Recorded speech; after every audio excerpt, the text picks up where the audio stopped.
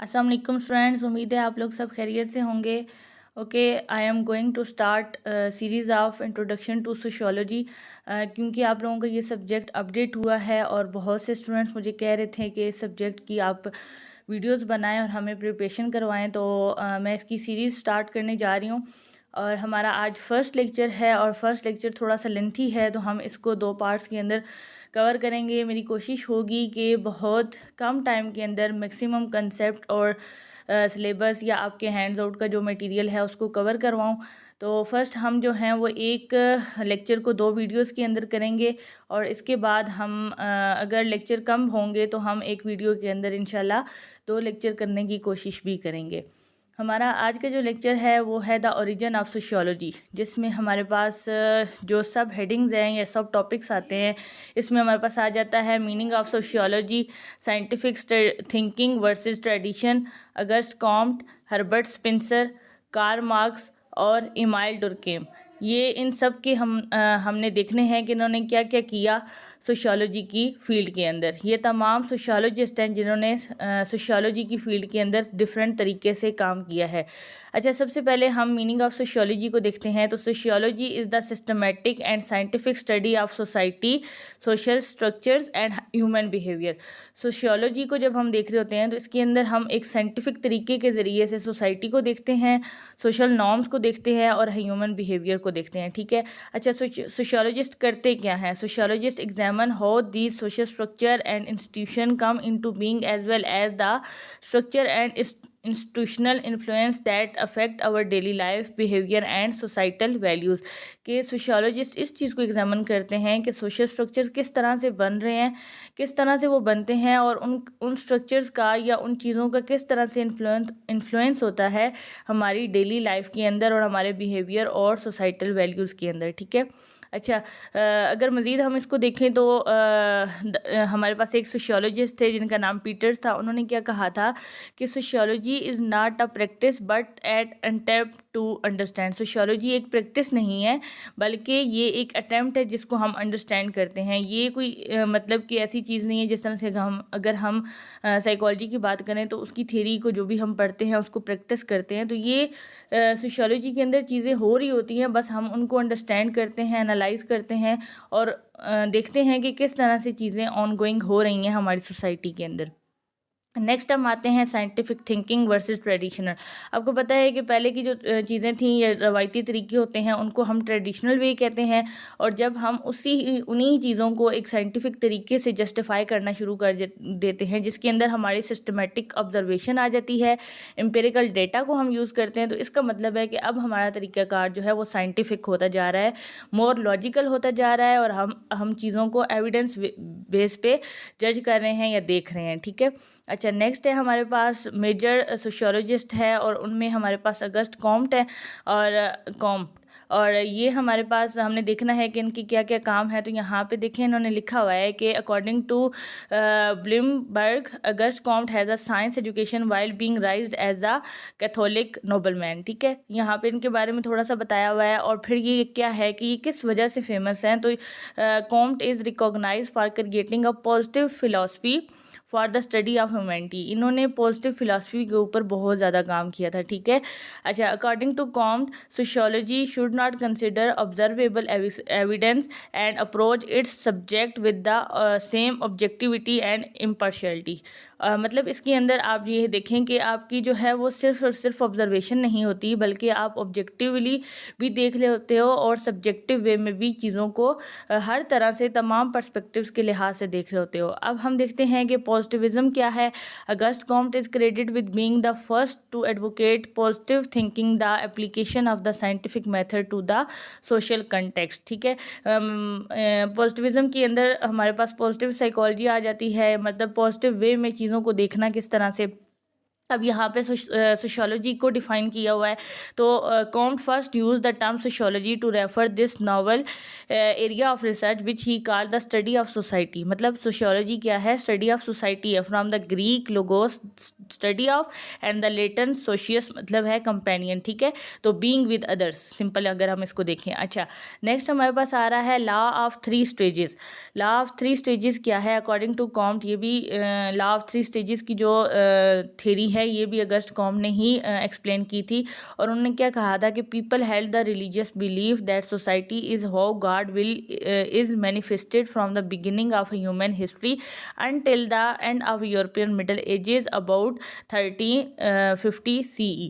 देखिए इसमें इन्होंने कहा है कि जो लोग हैं ना वो अपनी रिलीजियस बिलीफ को बहुत ज़्यादा सोसाइटी के अंदर हमें देखने को मिलते हैं, ठीक है। मतलब कि मोस्टली हमारी सोसाइटी जो बेस कर रही होती है हमारे रिलीजन के रूल्स के अकॉर्डिंग ही कर रही होती है। इसके बाद the theological perspective gave us a metaphysic period of the history when people began to see society as a natural system rather than a super natural. अब नेचुरल क्या है? नेचुरल वही है जो कि हमें समझ आता है और हम साइंटिफिक वे में उसको जस्टिफाई कर सकते हैं। और सुपर नेचुरल में वो चीज़ें आ जाती हैं जैसे कि कोई मुआजिज़ा हो गया या कोई ऐसी चीज़ जिसको साइंस जस्टिफाई ना कर पाए, ठीक है। अच्छा, नेक्स्ट हम चलते हैं कि सोशल डॉर्फिनिज्म क्या है और इसमें हर्बर्ट स्पेंसर का क्या काम है।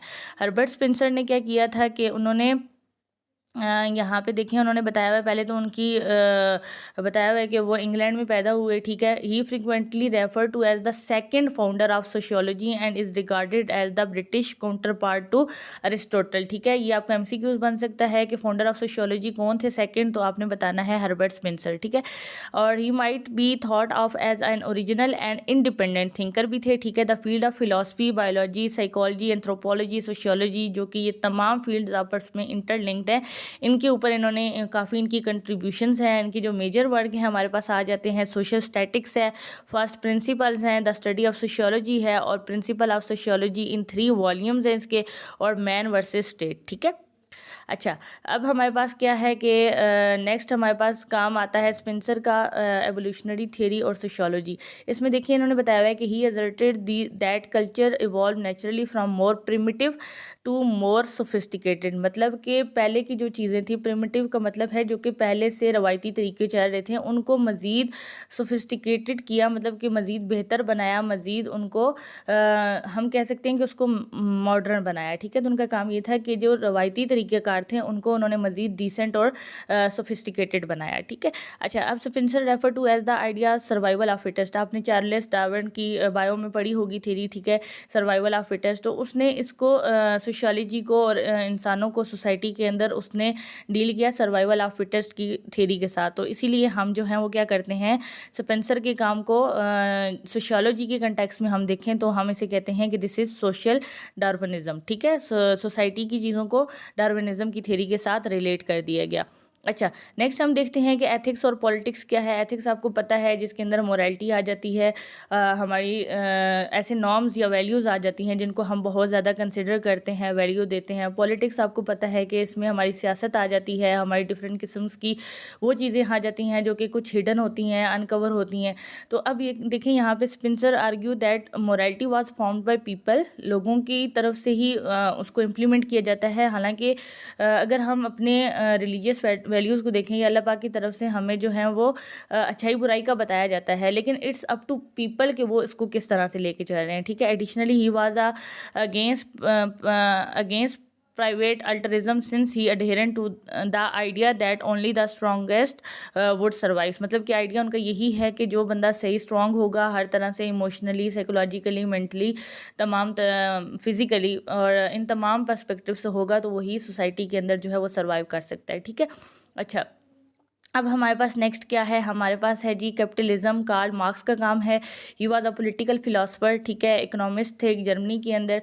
और फिर इनके बाद इनको क्या कहा जाता है, ईयर ऑफ रेवोल्यूशनिस्ट, ठीक है, इनको इस तरह से जाना जाता है। अब हमारे पास मज़ीद जो इनका काम है उसमें उनकी वेग लेबर है, ठीक है, वो लेबर्स जो कि उजरत पे काम कर रहे होते हैं। और फिर एलिनेशन है। एलिनेशन का मतलब होता है सेपरेशन, ठीक है। Aldous wage worker may believe that they are only attempting to make end meet, in reality their labor power is commodity that is bought and sold on the market for the benefit of others। दूसरों के benefit के लिए ये काम कर रहे होते हैं और इन रिटर्न इनको उजरत मिल रही होती है।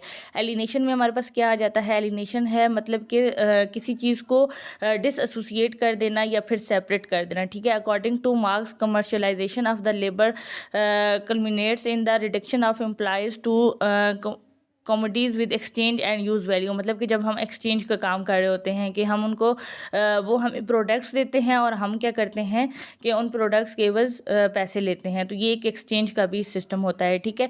अच्छा, capitalism as a structure of inequality, इसमें देखें कि हमारा कैपिटलिज़म क्या है। कैपिटलिज़म हमारे पास है हमारी जो इकॉनमी के अंदर हमारा प्रोडक्ट्स हैं, हमारा सरमाया है जो कि हम लगा रहे हैं, जिस पे लोग काम कर रहे हैं, ठीक है। एक सिस्टमेटिक वे है जिसके अंदर हमारी इकॉनमी और हमारी प्रोडक्शंस वगैरह चल रही होती हैं। अब यहाँ पे मार्क्स ने आर्ग्यू किया कि the ever widening economic and social gap between capitalism and workers, as a result capitalist use this profit, capitalist इस यूज़ प्रॉफिट को यूज़ करते हैं इंक्रीज़ करने के लिए ओनरशिप ऑफ प्राइवेट। मतलब आप लोगों ने देखा होगा कि अगर एक सिस्टम चलता है, एक इदारा, एक कोई भी ऑर्गेनाइजेशन चलती है, तो फर्दर उनकी डिफरेंट ब्रांचेज प्रॉफिट की बेस पे उनका इतना प्रॉफिट हो जाता है कि वो उसकी न्यू ब्रांचेज भी खोलना शुरू कर देते हैं। नेक्स्ट हमारे पास है dialectical materialism, it is demonstrate that there are a conflict on the tension or tension in each historical economic such as capitalism, feudalism and slave societies, ठीक है।